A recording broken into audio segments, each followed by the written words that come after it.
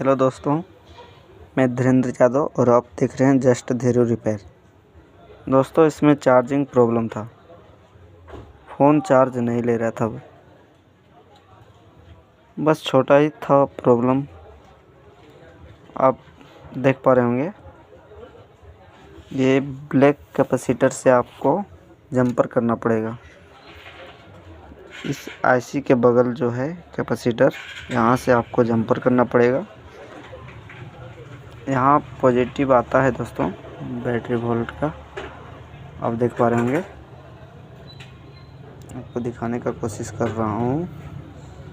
ये इस जगह जंपर करना है दोस्तों, इस जगह। आप यहाँ जंपर करके अपना प्रॉब्लम सॉल्व कर सकते हैं। अभी आप लोग को लाइव प्रूफ दिखा रहा हूँ, चार्ज लेता है या नहीं लेता है इसको। डाटा केबल लगा लिए हैं दोस्तों, आप देख सकते हैं। बैटरी लगा के चेक करा देते हैं आप लोग को।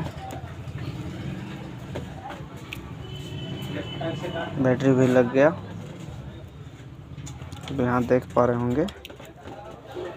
स्विच ऑन नहीं है। देखिए दोस्तों, चार्ज लेने लगा।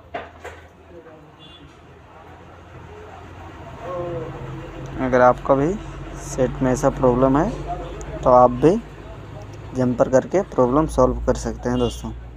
Thank you.